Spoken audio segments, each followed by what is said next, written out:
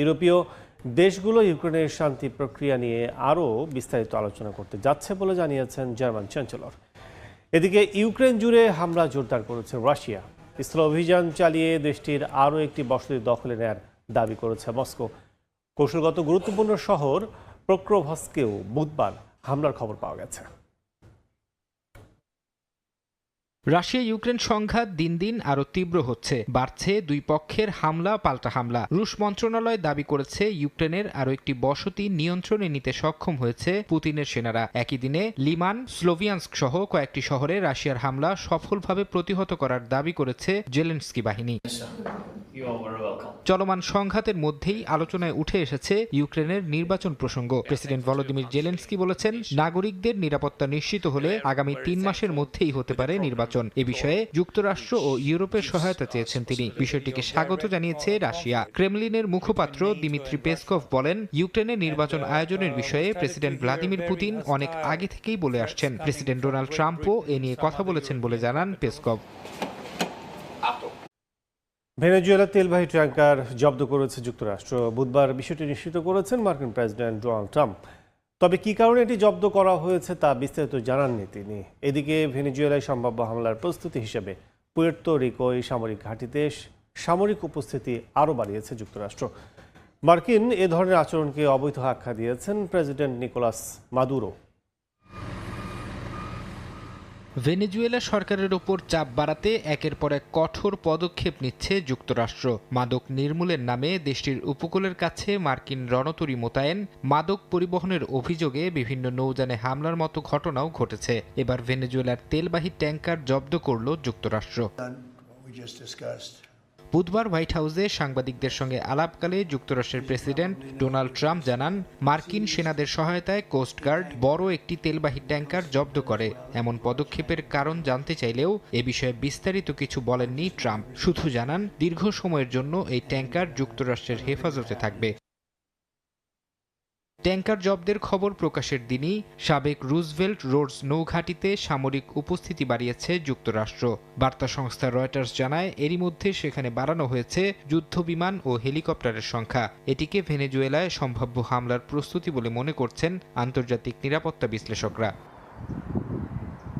এদিকে ভেনেজুয়েলা উপকূলের কাছে মার্কিন উপস্থিতি নিয়ে ফের মন্তব্য করেছেন প্রেসিডেন্ট নিকোলাস মাদুরো। কারাকাসে এক জনসভায় তিনি বলেন, ভেনেজুয়েলাকে ঘিরে যুক্তরাষ্ট্রের সাম্প্রতিক পদক্ষেপ অবৈধ। দ্রুত এমন আগ্রাসী আচরণ বন্ধের আহ্বান জানান মাদুরো। টানা বৃষ্টিতে চরম বিপাকে পড়েছেন আশ্রয় শিবিরে থাকা ফিলিস্তিনিরা। তাঁবু তলিয়ে যাওয়ায় নির্ঘুম রাত পার করছেন অনেকে। এমন পরিস্থিতিতে উপত্যকায় আছড়ে পড়তে যাচ্ছে শক্তিশালী ঝড় বাইরন। পূর্বাভাস অনুযায়ী এটি আঘাত হানলে ব্যাপক ক্ষয়ক্ষতি হতে পারে বলে শঙ্কা করা হচ্ছে। প্রাকৃতিক দুর্যোগের মধ্যে উপত্যকায় ইসরায়েলি হামলায় এক শিশু নিহত হয়েছে। অন্যদিকে পশ্চিম তীরে দখলদার বাহিনী অভিযান চালিয়ে 24 ঘন্টায় শতাধিক ফিলিস্তিনিকে আটক করেছে। গাজায় যুদ্ধবিরতি চুক্তির পরবর্তী ধাপ শুরুর বিষয়ে আলোচনা চলছে আন্তর্জাতিক অঙ্গনে। এর মধ্যেও থেমে নেই দখলদার বাহিনীর আগ্রাসন। ইসরায়েলি প্রতিরক্ষা বিভাগের দাবি, বুধবার ইয়েলো লাইন অতিক্রম করে সেনাদের কাছে চলে আসায় হামাস সন্দেহে কয়েকজন ফিলিস্তিনিকে লক্ষ্য করে গুলি চালানো হয়। এ সময় কয়েকজন হতাহত হয়েছেন। গাজার বাসিন্দাদের কাছে এখন শুধু ইসরায়েলি হামলাই চিন্তার একমাত্র কারণ নয়, প্রকৃতিও নির্দয় হয়ে উঠেছে উপত্যকার ফিলিস্তিনিদের ওপর। নিম্নচাপের কারণে শুরু হয়েছে ভারী বৃষ্টি, ডুবে গেছে আশ্রয় কেন্দ্রের তাঁবু। কিছু কিছু জায়গায় পানির স্তর 40 সেন্টিমিটার ছাড়িয়ে গেছে। এতে চরম বিপাকে পড়েছেন বাসিন্দারা।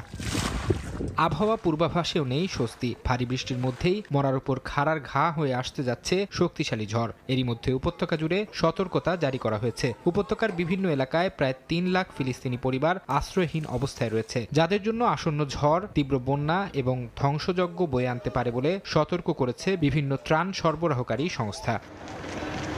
গাজায় আগ্রাসনের পাশাপাশি অধিকৃত পশ্চিম তীরেও কঠোর অবস্থানে আছে ইসরায়েলি সেনারা। নাবলুস, সালফিত, জেরিকো, জেনিন ও পূর্ব জেরুজালেমে জোরদার করা হয়েছে অভিযান। 24 ঘন্টায় শতাধিক বাসিন্দাকে আটক করার কথা জানিয়েছে মধ্যপ্রাচ্য ভিত্তিক বিভিন্ন গণমাধ্যম। ফরহাদ চৌধুরী। রাশিয়ার Tu-95 পারমাণবিক সক্ষমতার কৌশলগত 2টি বোমারু বিমান জাপান সাগর থেকে পূর্ব চীন সাগরের দিকে উড়ে গেছে। সেখানে 2টি চীনা H-6 বোমারু বিমানের সঙ্গে মিলে প্রশান্ত মহাসাগরে যৌথ টহল চালিয়েছে। পরে 4টি চীনা J-16 যুদ্ধ বিমানও যোগ দেয়। এগুলো জাপানের ওকিনাওয়া ও মিয়াকো দ্বীপের মধ্যে যাওয়া আসা করে। মন্ত্রণালয় আরও জানায়, জাপান সাগরে একই সময় রাশিয়ার বিমান বাহিনীর কার্যক্রম শনাক্ত করা হয়েছে। সেখানে একটি A-50 আগাম সতর্ককারী বিমান ও দুটি Su-30 যুদ্ধ বিমান উঠছিল। এই ঘটনায় যুদ্ধ বিমান উড়িয়ে পরিস্থিতি পর্যবেক্ষণ করছে টোকিও।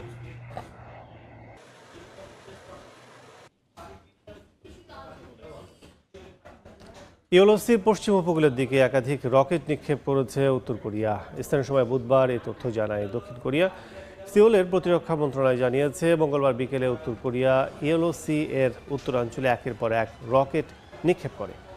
ঘটনার তদন্তে একসঙ্গে কাজ করছে দক্ষিণ কোরিয়া ও যুক্তরাষ্ট্রের গোয়েন্দা বিভাগ। বিবৃতিতে দেশটির সামরিক বাহিনী বলছে, যৌথ প্রতিরক্ষা অবস্থান বজায় রেখে পিয়ংইয়ং এর সব গতিবিধি নিবিড়ভাবে পর্যবেক্ষণ করা হচ্ছে এবং যে কোনো উস্কানির জবাব দিতে প্রস্তুত তারা। বহুমুখী যুদ্ধ ক্ষমতার জন্য বিশ্বের বিভিন্ন দেশে জনপ্রিয়তা পেয়েছে ইউরোফাইটার টাইফুন যুদ্ধ বিমান। উন্নত রেডার, শক্তিশালী ইঞ্জিন ও স্টেলথ সুবিধায় টাইফুনকে বর্তমানে বিশ্বের সবচেয়ে সক্ষম ফাইটার জেটগুলো ধরা হয়। বাংলাদেশের বিমান বাহিনীর সক্ষমতা বৃদ্ধিতে তাই ইতালি থেকে ইউরোফাইটার টাইফুন যুদ্ধবিমান নেবে বাংলাদেশ সেনাবাহিনী। এ বিষয়ে লিওনার্দো SPA ইতালির সঙ্গে লেটার অফ ইন্টেন্ট বা সম্মতিপত্র সই হয়েছে। সামরিক সক্ষমতায় নতুন মাত্রা যোগ করতে অত্যাধুনিক প্রযুক্তির ইউরোফাইটার টাইফুন যুদ্ধ বিমান কেনার সিদ্ধান্ত নিয়েছে বাংলাদেশ সেনাবাহিনী। এর মধ্যেই বাংলাদেশ বিমান বাহিনী ও লিওনার্দো SPA ইতালির মধ্যে লেটার অফ ইন্টেন্ট বা সম্মতিপত্র সই হয়েছে। ব্রিটেন, জার্মানি, ইতালি ও স্পেনের যৌথ নির্মিত এই বিমান বহু দেশের বিমান বাহিনীতে ব্যাপকভাবে ব্যবহৃত হচ্ছে।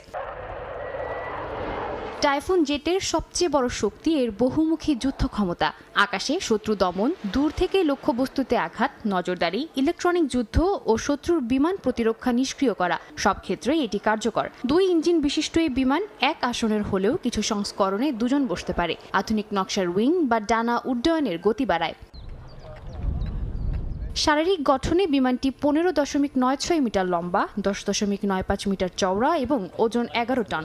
সর্বোচ্চ 23.5 টন ওজন নিয়ে উঠতে পারে এটি। 2টি EJ-200 টার্বোফ্যান ইঞ্জিনের জোরে ঘন্টায় প্রায় 2500 কিলোমিটার গতি তুলতে সক্ষম জেটটি 55,000 ফুটের বেশি উচ্চতায় উঠতে পারে এবং টানা প্রায় 2900 কিলোমিটার উঠতে পারে জ্বালানি পুনরায় না নিয়েই। বিমানটির যুদ্ধ ক্ষমতা বৃদ্ধিতে আছে উন্নত রেডার ব্যবস্থা। প্রথমে ASEA রাডার ব্যবহার করা হলেও নতুন সংস্করণে ব্যবহৃত হয়েছে ক্যাপ্টার E। ন্যাটো মানসম্পন্ন ডেটা লিঙ্ক, সেন্সর, বৈদ্যুতিক প্রতিরক্ষা ব্যবস্থা এবং হেলমেট মাউন্টেড টার্গেটিং সিস্টেমও রয়েছে। অস্ত্র হিসেবে আছে 27 মিলিমিটার কামান এবং 13টি হার্ড পয়েন্ট, যেখানে যুক্ত করা যায় M120, মিটিওর, আইরিস-T, পেভওয়ে বোমা, স্টর্ম শ্যাডো, ব্রিমস্টোন সহ আরও উন্নত ক্ষেপণাস্ত্র। ধাতব অংশ মাত্র 15% হওয়ায় গোপন অভিযানে রেডারে ধরা পড়ার ঝুঁকিও কম। আসলে নিজেদের পরাজয় স্বীকার করেছে। এছাড়া IRGCর মুখপাত্র দাবি করেছেন, এমন পদক্ষেপ ট্রাম্প প্রশাসনের ইরানের প্রতি ভয়েরই বহিঃপ্রকাশ। ইরানের বিরুদ্ধে ইসরায়েল যুক্তরাষ্ট্রের সংঘাতের পর মার্কিন প্রেসিডেন্ট ডোনাল্ড ট্রাম্প থেকে শুরু করে মার্কিন সমর দপ্তর নিজেদের প্রতিরক্ষা ব্যবস্থার বড়াই করে আসছিল। তবে এবার যেন নিজেদের বক্তব্যের বিপরীতে গিয়েই ইরানের ড্রোনের মডেল নকল করার চেষ্টা করেছে যুক্তরাষ্ট্র। মার্কিন সমর দপ্তর নিশ্চিত করেছে যে শাহেদ 136 মডেল অনুকরণ করে LUCAS নামের নতুন ড্রোন এরই মধ্যে মধ্যপ্রাচ্যে মোতায়েন রয়েছে। যুক্তরাষ্ট্রের এমন পদক্ষেপের পরিহাসমূলক প্রতিক্রিয়া জানিয়েছে ইরান। স্থানীয় সময় মঙ্গলবার ইরানের সেনাবাহিনীর মুখপাত্র ব্রিগেডিয়ার জেনারেল আবুল ফাজল শেখার্চি বলেন, নিজেদের প্রযুক্তিগত সুপার পাওয়ার দাবি করা দেশগুলোকে ইরানি ড্রোনের সামনে হাঁটু গেড়ে বসে সেটিকে অনুকরণ করতে দেখাচ্ছে বড় গর্ব আর সম্মান কিছু হতে পারে না। তিনি আরও দাবি করেন, তেহরানের এই ড্রোন নকল করার মধ্য দিয়ে ওয়াশিংটন নিজেদের পরাজয় স্বীকার করে নিয়েছে। শেখার্চি আরও বলেন, রাশিয়া থেকে ইয়েমেন পর্যন্ত বহু মিত্রকেও ইরান এসব ড্রোন সরবরাহ করছে। IRGCর মুখপাত্র আলী মোহাম্মদ নাইনি বলেন, শাহেদ ড্রোন একাধিক স্তরের আকাশ প্রতিরক্ষা ভেদ করে 1000 কিলোমিটার পাড়ি দিয়ে লক্ষ্যবস্তুতে আঘাত হানতে সক্ষম। তিনি দাবি করেন, ইরানের ক্রমোন্নত মিসাইল ড্রোন সমন্বয় ক্ষমতার জন্যই 22 দফা ক্ষেপণাস্ত্র হামলার সময়ও ইসরায়েল বহু ক্ষেপণাস্ত্র আটকাতে ব্যর্থ হয়। তিনি দাবি করেন, এই সক্ষমতা নকল করার চেষ্টা আসলে মার্কিন উদ্বেগেরই বহিঃপ্রকাশ। বিশ্লেষকদের মতে ইরানের শাহেদ ড্রোন এখন বৈশ্বিক সামরিক পরিকল্পনায় পরিবর্তন আনছে। রাশিয়া এটি গেরান-2 নামে উৎপাদন করছে এবং ইউক্রেন যুদ্ধে ব্যাপকভাবে ব্যবহার করছে। কম ব্যয়, কম শব্দ, ছোট রাডার সিগন্যাল ও ঝাঁকে ঝাঁকে আক্রমণের কৌশল মিলিয়ে এই ধরনের ড্রোন প্রতিপক্ষের আকাশ প্রতিরক্ষা দুর্বল করতে অত্যন্ত কার্যকরী প্রমাণিত হচ্ছে।